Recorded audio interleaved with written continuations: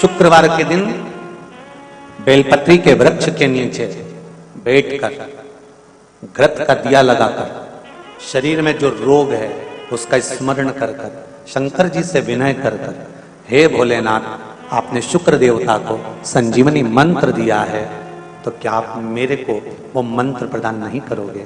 मेरे रोग, मेरी बीमारी, मेरे दुख को आप नहीं हरोगे? शिव से कहो, ये शरीर आपने दिया है और भजन करने के लिए दिया है, स्मरण करने के लिए दिया है, कीर्तन करने के लिए दिया है, तो संभालोगे भी आप। और बेलपत्री की ओर मुख कर घी का दिया लगाकर महामृत्युंजय मंत्र का स्मरण कर लेने पर धीरे धीरे धीरे धीरे धीरे धीरे वो रोग समाप्ति की ओर आता चले जाता है। जैसे एक पत्र में किसी ने लिखकर भेजा, देखिए, सुषमा जी खामकर नांदेड़ महाराष्ट्र से आई हैं, कहीं बैठी हैं, आप ही हैं, दोनों हाथ हिला दो एक बार। हर हर महादेव। आपने पत्र में लिखा है, महाराज जी नांदेड़ शहर से हैं, पिछले सावन से हम शिव महापुराण की कथा सुन रहे हैं। पार्थिव शिवलिंग की पूजन आपने शिवरात्रि को बताई थी और वो हमने कराई थी। तब से आज तक प्रति माह शिवरात्रि को शिव पूजा हम कर रहे हैं। महाराज, हमने सपने में भी सोचा नहीं होगा, लेकिन पहले 3 महीने में हमारे पुणे शहर में फ्लैट हो गया है और परसों उसकी रजिस्ट्री हो गई है। बाबा को धोख लगाने आए हैं कि ये ना सोचने के बाद भी शिव जी ने प्रदान करा है। बैठिए, हर हर महादेव, विराजिए, हर हर महादेव। ये शिव कृपा, आपकी भक्ति, श्रद्धा, विश्वास और उसकी दृढ़ता। अगर आप शिव की आराधना कर रहे हो, शंकर की अविरल भक्ति प्राप्त कर रहे हो, तो उसमें कहीं ना कुछ सुख मिलेगा। तेरा ही दिया मैंने खाया पिया है, तेरा शुक्रिया है, तेरा शुक्रिया है। मुझे भोले बाबा ने बहुत दे दिया है, तेरा शुक्रिया है, तेरा शुक्रिया है। ये जायदाद दी है, औलाद दी है, जायदाद दी है, औलाद दी है। मुसीबत में हर वक्त इमदाद दी है, मुसीबत में हर वक्त इमदाद दी है। तेरा ही दिया मैंने खाया पिया है, तेरा दिया मैंने खाया पिया है, तेरा शुक्रिया है, तेरा शुक्रिया है। मुझे भोले बाबा ने बहुत दे दिया है, तेरा शुक्रिया है, तेरा शुक्रिया है। शिव की कृपा से मिला, शंकर की उदारता से मिला। और जब मेरा ओगड़दानी देता है, कुछ कम नहीं देता।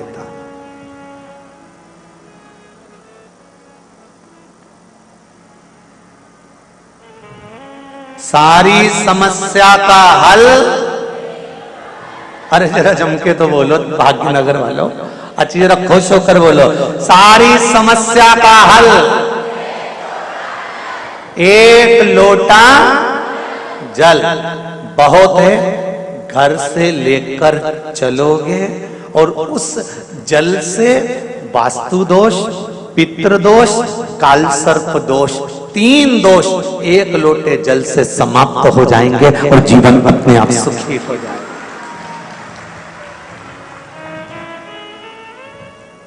शिव महापुराण जब तक टीवियों पर नहीं आई थी, उससे पहले सारे घर के पाइप, सीढ़ी, बाथरूम, रसोई घर 25 बार बदल के देख लिए थे। लोगों ने कहा था वास्तु दोष, वास्तु दोष, वास्तु दोष। जब से लोगों ने कथा सुनकर एक लोटा पानी चढ़ाना चालू करा, वो वास्तु दादा कहां गया पता नहीं पड़ा। एक लोटा जल।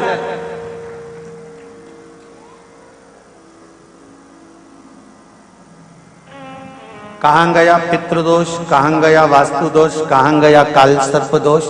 क्योंकि शिव पुराण को सुन सुनकर हमने अपनी गलतियों को छांटना प्रारंभ कर दिया। हमने दूसरे की गलती नहीं छाटी, हमने अपनी छाटी है कि कमी कहां है। कमजोर कड़ी ढूंढ ली कि हमारी कड़ी कमजोर कहां से। अपने ग्रह को सुधारना।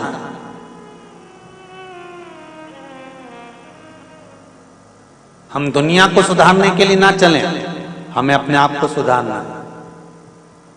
और जिस दिन हम अपने आप को सुधार लेंगे, उस दिन अपना राष्ट्र सुधारने में देरी नहीं लगेगी। अपन सुधरे, घर सुधरा, मोहल्ला सुधरा, नगर सुधरा, फिर राष्ट्र सुधरा, अपने को देरी का। शुक्र का मन दुखा, हृदय दुखा, तो शिव की आराधना करें।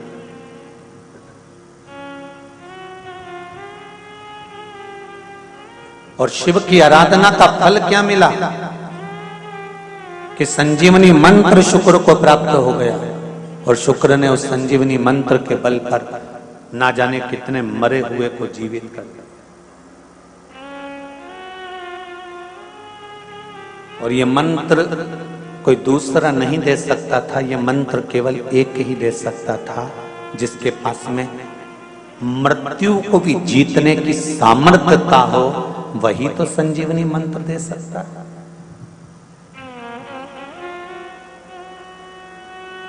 प्रथम सुख जम के बोलो क्या है? निरोगी काया। किसी ने कहा कि प्रथम सुख घर में माया।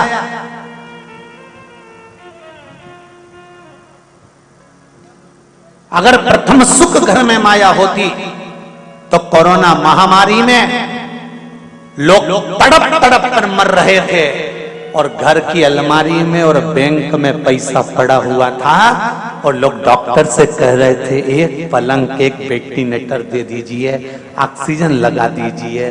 तो बताओ धन काम आया? प्रथम सुख निरोगी काया।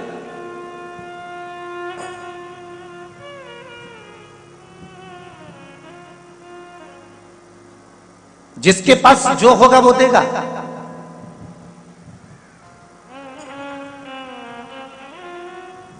भगवान विष्णु ने लक्ष्मी जी को देखकर भगवान शंकर से कहा, भोलेनाथ जी, प्रभु जी, शिव जी ने पूछा क्या बात है?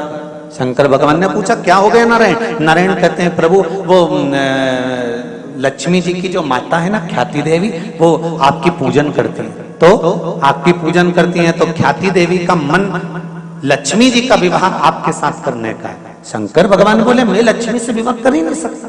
नहीं नहीं, पर माँ ने सोच लिया है कि आपके साथ विवाह करेंगे, आपके सामने प्रस्ताव आएगा। और एक दिन ख्याति देवी शंकर भगवान की पूजन कर रही थी और पूजन करते करते करते करते शंकर भगवान से माता ख्याति ने अपने दिल की बात कह दी, बाबा मैं चाहती हूँ कि मेरी बेटी लक्ष्मी का विवाह आपके साथ में हो जाए। शंकर भगवान ने कहा मैं लक्ष्मी से विवाह नहीं कर सकता।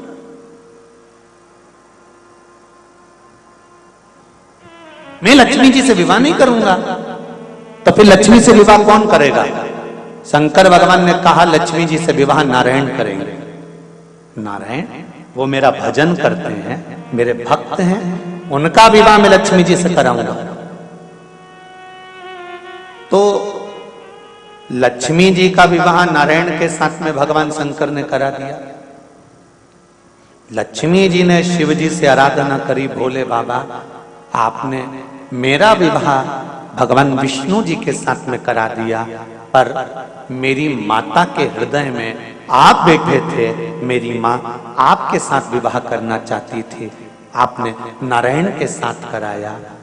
मेरा जब कन्यादान हो, जब मैं इस घर से विदा हूं, तो मैं चाहती हूं कि आप मुझे कुछ वर देकर विदा करें।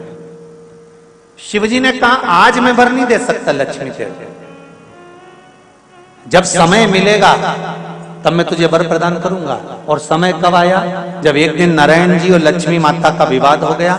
लक्ष्मी जी रुष्ट होकर एक बेलपत्री के पेड़ के नीचे जाकर बैठ गई और उस वृक्ष के नीचे बैठे बैठे लक्ष्मी जी को समय हो गया। वहां से उठी, दूर जाकर एक बालू रेत का शिवलिंग का निर्माण माता लक्ष्मी जी ने करा और हजारों वर्ष तक माता लक्ष्मी जी ने तप की मुद्रा में साधना करने में माता लक्ष्मी डूब गई। हजारों हजार वर्ष बीत गए, दसों हजार वर्ष बीत गए और माता लक्ष्मी शंकर भगवान की आराधना में बैठ गई। तप करते करते करते करते करते करते करते करते लक्ष्मी जी का शरीर ने बेलपत्री के वृक्ष का स्वरूप धारण कर लिया। नारायण उनको ढूंढ ढूंढ के थक गए, लक्ष्मी कहां चली गई? लक्ष्मी दिख नहीं रही, लक्ष्मी गई कहां? देवताओं से पूछा, 33 कोटि देवताओं से पूछा, आखिरी में देवाधिदेव महादेव से पूछा कि मेरी धर्मपत्नी लक्ष्मी गई कहां? शंकर भगवान ने कहा कि उसने एक बेलपत्री का वृक्ष का रूप धारण कर लिया जिससे किसी को दिखे ना। नारायण ने उस बेलपत्री की स्तुति करी, लक्ष्मी प्रकट हुई। शंकर भगवान ने कहा लक्ष्मी, आपने मेरी आराधना हजारों वर्ष तक करी है, मैं तुम्हें वर प्रदान करता हूं। आज तक तुम केवल लक्ष्मी थी, मेरा नाम मैं तुम्हें प्रदान करता हूं। लोग मुझे महादेव कहते हैं, मेरा महाशब्द मैं तुझे देता हूं। आज से तू केवल लक्ष्मी नहीं रहेगी, आज से तू महालक्ष्मी रहे। मैं अपना नाम दे रहा हूं तेरे को।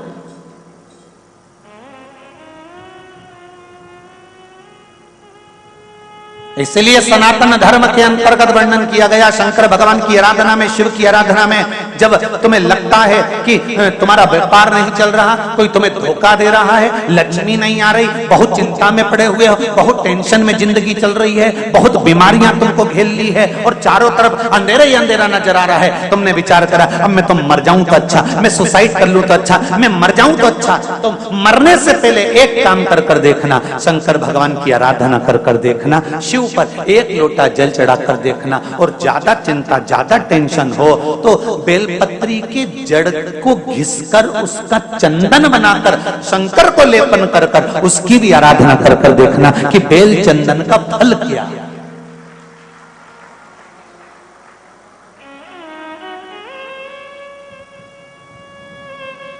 एक बेलपत्र, एक बेल, ये कोई साधारण नहीं, एक बेल।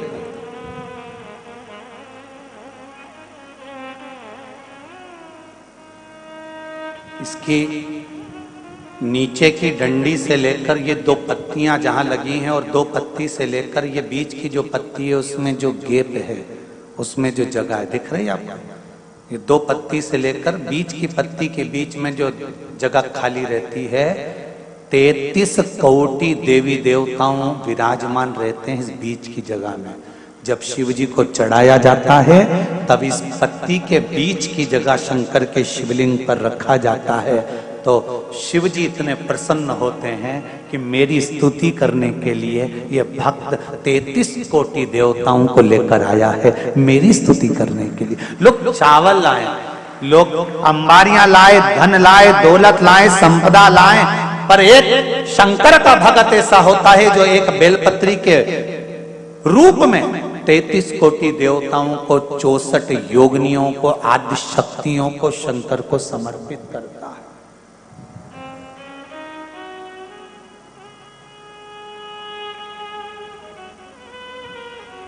जाओ भगवान के पास, जब भी जाओ तो दिल से जाओ, हृदय से, छल कपट को दूर कर। शराबी और सांप, इनसे भी सीखने को मौका मिलता है। शराबी और सांप रोड पर टेढ़े आड़े चलते हैं, पर घर में सीधे ही घुसते हैं।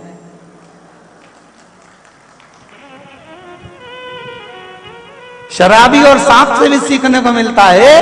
ये रोड पर टेढ़े आड़े चलते हैं पर घर में सीधे घुसते हैं। उसी तरह संसार सागर में तुम कितने भी टेढ़े रहो पर महादेव के चरणों में सीधे ही बने रहना कि मैं तुम्हारा हूं, इसके सिवा मैं कुछ जानता ही नहीं, मैं दूसरा कुछ जानता ना। तो मुझे पूजन आती है, ना मुझे स्तुति आती है, ना मुझे अर्चना आती है, ना मैं सेवा जानता हूं, ना मैं चाकरी जानता हूं। मैं तो केवल एक बात जानता हूं, श्री शिवाय नमस्तुभ्यम। ये वो मंत्र है शिव महापुराण का, इससे ज्यादा मैं कुछ भी नहीं जानता। पंचाक्षर नमः शिवाय, षडाक्षर ओम नमः शिवाय, द्वादशाक्षर ओम नमो भगवते वासुदेवाय, 2 अक्षर का राम जानता हूं, 2.5 अक्षर का कृष्ण जानता हूं, इससे ज्यादा मैं जानता क्या। भगवान शिव की कथा कहती है महाराज, इस चित्त को, इस वृत्ति को, इस मन को भगवान को समर्पित कर श्री शिवाय नमस्तुभ्यम। कथा के मध्य में जब भी शिव महापुराण का ये मूल मंत्र आए तो स्मरण सभी करें।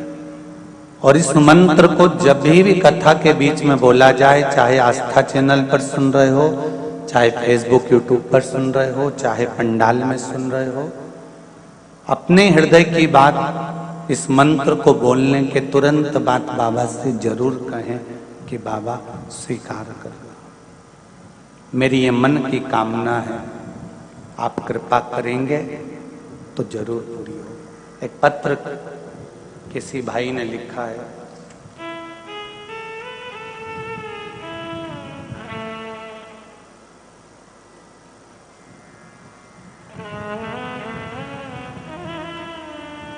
मेरा नाम सतीश राय है, मैं जिला रायसेन ग्राम रामपुरा खुर्द से आया हूं। गुरुदेव, मुझे बाबा ने ऐसी कृपा कर दी है कि मैं उनकी कोई कथा छोड़ना नहीं चाहता हूं, इतना बाबा ने कर दिया।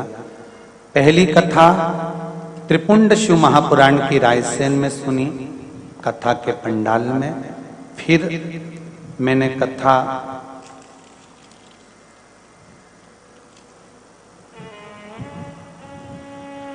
दूसरी हरिद्वार में जाकर सुनी। बाबा ने मुझे ऐसी कृपा कर दी कि मैं कथा नहीं छोड़ सकता। तीसरी कथा 7 दिन की सेमरी हरचन में श्रवण करी और बाबा की कृपा से चौथी बार श्रवण करने के लिए हैदराबाद में भी आकर कथा श्रवण कर रहा हूं। कहां बैठे भाई? हर हर महादेव, दोनों हाथ हिला दो एक बार, हर हर महादेव। ऐसी शिव ने कृपा करी, बैठी विराज, ऐसी शंकर ने कृपा करी है कि उनको मैं बार बार धन्यवाद देने के लिए कथा पंडाल में कथा सुनने के लिए जा रहा हूं कि तूने इतना दे दिया कि कोई कमी ही नहीं छोड़ी। हर हर शिव कृपा।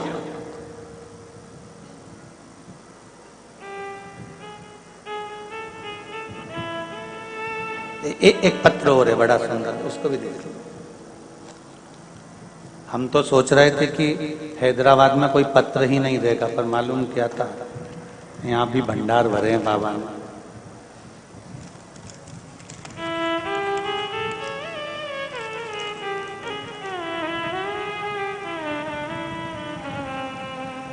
मेरा नाम आशा युवराज सिंह गहरवार राजपूत, महाराष्ट्र से उस्मानाबाद जिला मुरुम से है। कहीं बैठे हैं आप ही दोनों है? एक बार हाथ हिला दीजिए। हर हर महादेव। आपने पत्र लिखा, उसमें साथ में फोटो हम भी लगाए हैं। बाबा की कृपा है। गुरुदेव, हम शिव को नहीं जानते थे, पूजन करते थे, सब था। एक मंदिर शंकर का ऐसा था गुरुजी, जहां कोई आता नहीं था। आपने जब शिवलिंग की पूजन कराना प्रारंभ करा मंदिर में जाना प्रारंभ किया। अब उस मंदिर में लोग इतने आने लगे, पहला फोटो भेजा है और उसके बाद में अब जो जनता वहां पर आ रही है उसके भी फोटो भेजे गए हैं। शिव कृपा किसको कहते हैं इधर शायद। इन सारे फोटो में अपने अपने मन की बात लिखी है कि पहले शिव मंदिर जाना, उसके बाद में हमने जब चालू करा जाना, बाबा ने कैसी कैसी कृपा करी है ये फोटो के माध्यम से आपने वर्णन किया। बैठिए। हर हर महादेव। ये शिव कृपा है। शंकर की उदारता, करुणा, दया किसको कहते हैं ये शिव का भगत ही जान सकते। बैठिए। हर हर शिव की उदारता।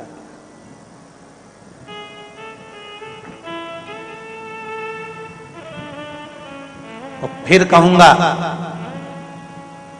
भाग्यनगर वालों, बड़े किस्मत वाले हो जो आपको इस भाग्यनगर में, इस हैदराबाद में शिव महापुराण की कथा सुनने का मौका मिला।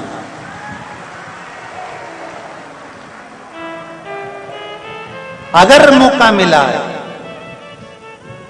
हैदराबाद की इस पावन धरा पर, भाग्यनगर में अगर आप लोग कथा सुन रहे हो तो आपकी किस्मत का वर्णन नहीं कर सकता। 3 घंटे के लिए आप अपना घर छोड़कर कथा पंडाल में बैठे हो तो मेरा देवाधिदेव महादेव भी आपकी दुख की घड़ी में हर पल तुम्हारे सामने खड़ा मिलेगा। हर पल, हर क्षण मिले। वो घड़ी है।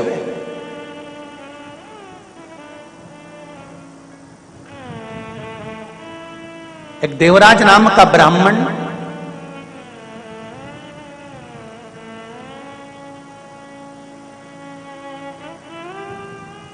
जो ब्राह्मण कुल में जन्मा था, ब्राह्मण के घर में जन्म लिया और जन्म लेने के बाद भी ब्राह्मण का कर्म नहीं कर पाया। ब्राह्मण कर्म से वंचित रहा।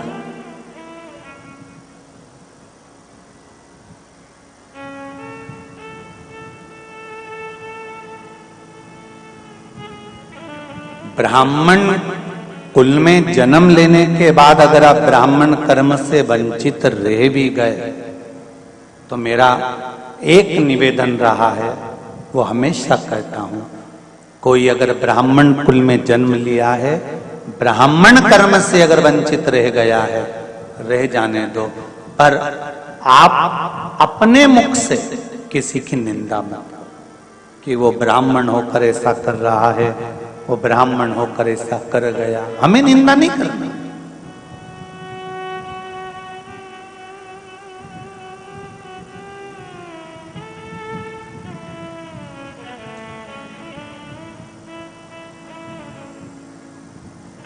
प्रयास करना है जिंदगी का तो थोड़ा सा प्रयास करें कि किसी को संवारने का प्रयास करें।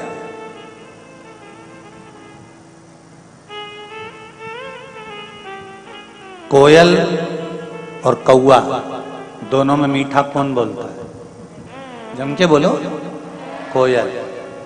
कोयल जब मीठा बोलती है तो कौए को अच्छा नहीं लगता।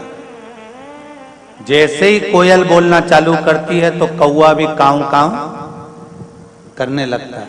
सुनना तुम, जब कोयल बोलेगी ना तो कौआ चिल्लाने लगेगा। कौआ चिल्ला सकता है, कोयल की आवाज को दबा सकता है, पर क्या कौआ कोयल जैसी मधुर वाणी ला सकता है? अरे जम के तो बोलो। नहीं। निंदा करने वाला किसी व्यक्ति पर लांछन लगा सकता है, अपशब्द कह सकता है, उसके लिए आड़ा टेढ़ा बोल सकता है, उस पर उंगली उठा सकता है, उस पर आरोप लगा सकता है, पर निंदा करने वाला, आरोप लगाने वाला क्या कभी अपने आप को सुधार सकता है? कौआ मधुर वाणी नहीं ला सकता और निंदा करने वाला कभी निंदा करना छोड़ नहीं सकता।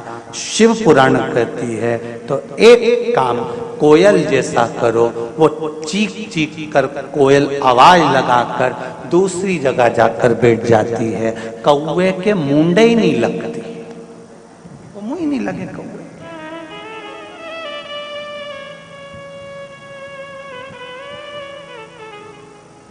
बोले बोले आग लगे बस्ती में, अपन रहो मस्ती में, क्या किसको रोइए, चादर तान के सोइए। अपनी जिंदगी मस्त जियो, जो होगा देखा जाएगा। अपन क्यों रोकर जीवन निकालें?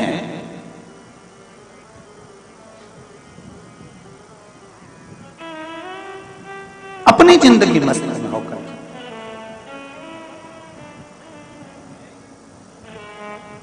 महाराज,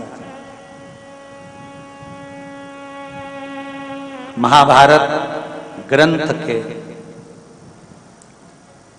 वन पर्व में तीर्थ यात्रा पर्व, और उस तीर्थ यात्रा पर्व के 96 नंबर के अध्याय में एक बड़ी सुंदर कथा है। अगर आपके घर में महाभारत की किताब हो, पुस्तक हो, पोथी हो, वैसे तो महाभारत की पोथी तुम्हारे यहाँ होगी नहीं, क्योंकि तुम महाभारत कम करते हो क्या जो पोथी रखोगे। महाभारत ग्रंथ के अंतर्गत, काव्य के अंतर्गत वन पर्व के यात्रा पर्व में, यात्रा पर्व के 96 नंबर के अध्याय में एक सुंदर चरित्र वर्णन आता है शंकर के भगत का,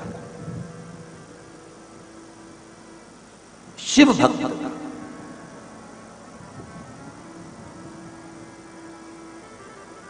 दो थे,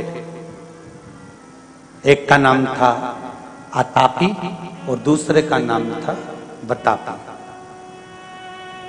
दोनों असुर है, दोनों राक्षस है। आतापी भी और बतापी। 96 नंबर का अध्याय महाभारत का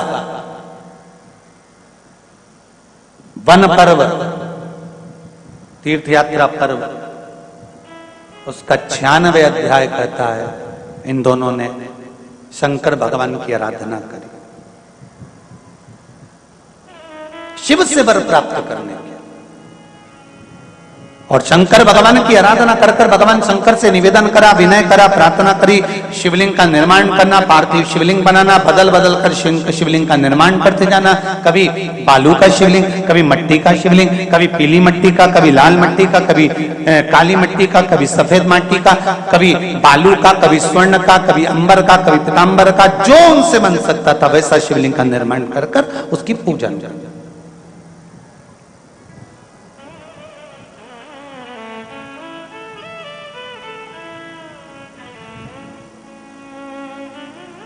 आराधना करते करते करते करते बहुत समय बीत गया।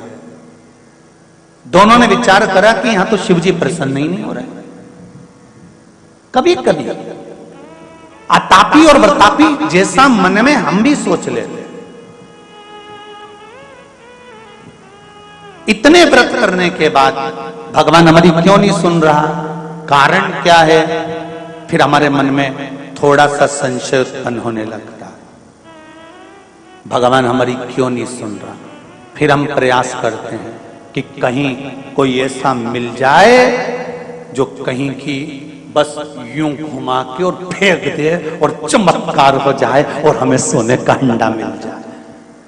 और ऐसा कहीं का हो जो घुमा के हंडा निकाल दे तो हमको भी बताना, हम भी चले चलेंगे और कुबेरेश्वर महादेव का मंदिर जल्दी से बना देंगे, 1-2 हंडा निकलवा के।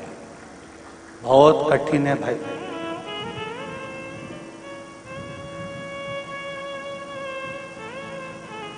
विश्वास अगर करना तो केवल एक भगवान पर, देव अधिदेव महादेव, बाकी का सब झूठा। परिवार के लोग भी आग लगाकर शमशान में से चले जाएंगे, कौन बात करने आएगा? अभी तो तुम सब लोग आपस में बात कर लेते हो, जब आग लगा कर चले जाएंगे तुम अकेले धधकती हुई ज्वाला में पड़े रहोगे। वो कहे ना, जब तन में उठेगी ज्वाला कोई पास ना आने वाला, भक्तों की सुन के पुकार रे तू नंदी ले कर आ जाना। मेरे दीन बंधु भगवान रे भक्तों की सुन कर आ जाना। तन में ज्वाला उठेगी, परिवार के लोग आग लगाकर चले जाएंगे, कोई नहीं रहेगा। तब शमशान में केवल आप और एक रहेगा, मेरा देव अधिदेव महादेव, कोई दूसरा नहीं मिलने वाला। वो तुम्हारे सामने होगा, कोई नहीं।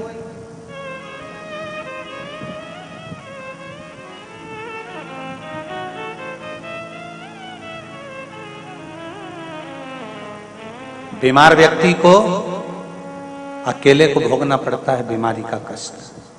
सही है कि गलत है? किसी के शरीर में रोग हो गया ना, उसे अकेले को भोगना पड़ेगा। डॉक्टर आएगा, इंजेक्शन लगाएगा, गोली वाला गोली लाएगा, बेटा पैसा लगाएगा, बहू सेवा कर देगी, बेटा अपना काम करेगा, बहू अपना काम करेगी, भतीजा अपना काम करेगा, रिश्तेदार अपना काम करेंगे, कुटुंब वाले अपना काम करेंगे, पर भोगना केवल अपने को पड़ेगा, कोई दूसरा नहीं भोगेगा।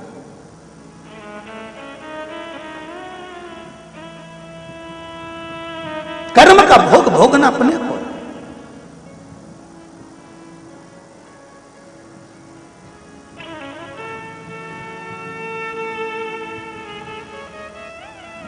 कितना एक चरित्र में कहा, दो मित्र है और एक मित्र धर्म से जुड़ा हुआ है और दूसरा मित्र गलत मार्ग से जुड़ा हुआ है।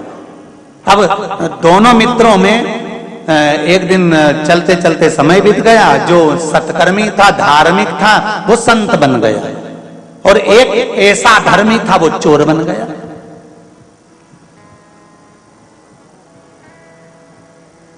एक संत बन गया, दूसरा चोर बन गया। संत और चोर इन दोनों को बने बने समय बीत गया। 6-7 साल बाद संत अपने गांव में प्रवचन देने के लिए आए। बड़ा पंडाल बना, माइक लगा, स्टेज बना, सारा पूरी व्यवस्था करी गई। और व्यवस्था करने के बाद संत प्रवचन देने के लिए बैठे तो इसका मित्र जो चोर था वो भी कथा सुनने के लिए आ गया। उसने सोचा, यार बहुत दिनों के बाद मेरा दोस्त आया है और बहुत नाम सुना है उसका, बहुत प्रचलित हो गया, चलो जरा अपन भी चलते हैं। वो भी कथा सुनने बैठ गया। कथा चलते चलते चलते चलते कथा विराम पर आई और कथा में महाराज जी ने कह दिया, संत ने कह दिया कि मुझे यहाँ पर सभी भक्तों के लिए, गरीबों के लिए एक हॉस्पिटल का निर्माण करना है। पैसा जितने लोग बैठे हैं सब इकट्ठा करो। और डलिया भेज दी महाराज जी ने, लोगों ने उसमें पैसा डालना प्रारंभ करा। इसके पास भी डलिया आई, चोर के पास। इसने भी 10,000 रुपए निकाल लिए, बस डालने ही वाला था। इतने में इसके मन में आया कि बताओ, अलाउंस हो रहा है, इतना सारा डलते जा रहा है, 5 लाख, 10 लाख, 15 लाख इकट्ठा हो गया, तो मैं 10,000 काय को दूं। 5 रख लिए, 5 निकाल लिए।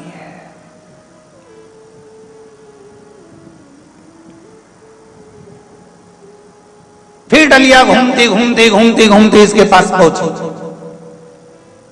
अब डलिया में पैसा और बढ़ गया, 25 लाख इकट्ठा हो गया। फिर इसके पास डलिया आई, इसने सब लोगों ने इतना दे दिया, मैं काय को 5,000 दूंगा। उसने 5,000 में से 4,000 वापिस रख लिए, 1,000 निकाल लिया, 1,000। फिर डलिया घूमते घूमते घूमते घूमते पैसे के सामने आई, 30 लाख इकट्ठा हो गया। अब इसने वो 1,000 भी जेब में रख लिए। इतनी देर में चली गई लाइट। जो लाइट गई, चारों तरफ अंधेरा हो गया।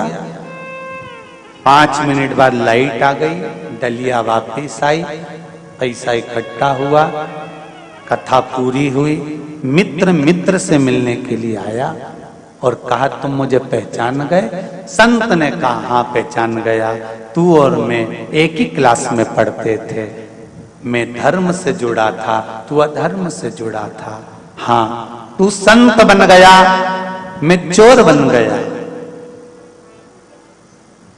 उसने कहा खूब पैसा इकट्ठा करा रहे तूने, 30 लाख रुपए इकट्ठे कर लिए, तेरी वाणी में कितना दम है, गजब की तेरी आवाज, क्या बल है तेरी आवाज में, 30 लाख एक आवाज में इकट्ठा कर लिया। गजब का तू लोगों का मन बदल देता है, गजब करा तूने, क्या दिल की बात करी तूने। हाँ खूब दिया लोगों ने। संत ने पूछा तूने कितना दिया? तू मेरा इतना गुणगान कर रहा है कि मन बदल देता हूं, ये कर देता हूं, वो कर देता हूं, तूने कितना दिया बता? अरे निकाले थे 10,000 रुपए देने के लिए, फिर बाद में सोचा 5 दूंगा, फिर बाद में सोचा 1 दूंगा, फिर नहीं दिया। संत ने कहा तो मेरी जिंदगी को धिक्कार है, सारी दुनिया का मन बदला और मेरे दोस्त का मन नहीं बदला, तो काहे का संत मैं संत किस काम का? सारी दुनिया का मन मैंने बदल दिया पर एक दोस्त का मन नहीं बदल पाया। तो मेरा संतत्व, मेरा संत का भाव, मेरा प्रवचन देना बेकार है। इतने में दोस्त बोला नहीं रे, ऐसी कोई बात नहीं है, मन तो तूने मेरा भी बदला है। जब लाइट गई थी, डलिया मेरे सामने ही थी, मैंने सोच लिया था 2 गड्डी निकाल लेता, मैंने सोच लिया था 2 गड्डी निकाल लेता हूं, पर मैंने सोचा नहीं रे, बेचारा हॉस्पिटल बनाएगा, मेरा दोस्त कितना प्रवचन देता है, कम से कम अपन नहीं डाले पर निकाले तो नहीं। मन मेरा चेंज हो गया, मैंने नहीं निकाला, मन तो मेरा भी बदला, चेंज तो मैं भी। लोग पूछते महाराज जी प्रवचन से होता क्या है, कथा से होता क्या है, व्यासपीठ पर बैठकर बोलने से होता क्या है, संतों की वाणी सुनाने से होता क्या है, शिव महापुराण सुनने से होता क्या है? मैं निवेदन करूंगा जिंदगी में एक बार शिव महापुराण की कथा दिल लगाकर सुनना। अगर ठेला चला रहे होगे तो 4 व्हीलर गाड़ी भी मेरा परमात्मा ही देता है, ये विश्वास से कहूंगा। और एक बात जरूर कहूंगा, ना तो सियर वाले महाराज को तंत्र आता है, ना मंत्र आता है, ना विद्या आती है, ना बेल है, ना भभूति है। मेरे पास तो केवल एक विश्वास है, विश्वास मेरे शंकर का है कि वो दुनिया में किसी को खाली नहीं छोड़ता। जब चोर को कुबेर बना सकता है, रावण को लंका दे सकता है, भस्मासुर को कंकण दे सकता है, तो क्या हमको नहीं दे सकता है? बस शिव की आराधना करना, इस मन चित्त और बुद्धि को भ्रम से हटाना और उसकी आराधना में लग जाना। जिस दिन तुमने शंकर के मंदिर जाना चालू कर दिया, उस दिन से तारीख लिख लेना कि इतनी तारीख से शंकर जी पे मैं जल चढ़ा रही हूँ, पशुपति व्रत कर रही हूँ, बेलपत्र चढ़ा रही हूँ, चावल का दाना चढ़ा रही हूँ, मूंग चढ़ा रही हूँ, एक फूल चढ़ा रही हूँ या बेलपत्र। जिस दिन से तुम शिव की आराधना चालू कर दो, उस तारीख से लेकर 3 महीने तक उस तारीख को मिलाने का प्रयास कर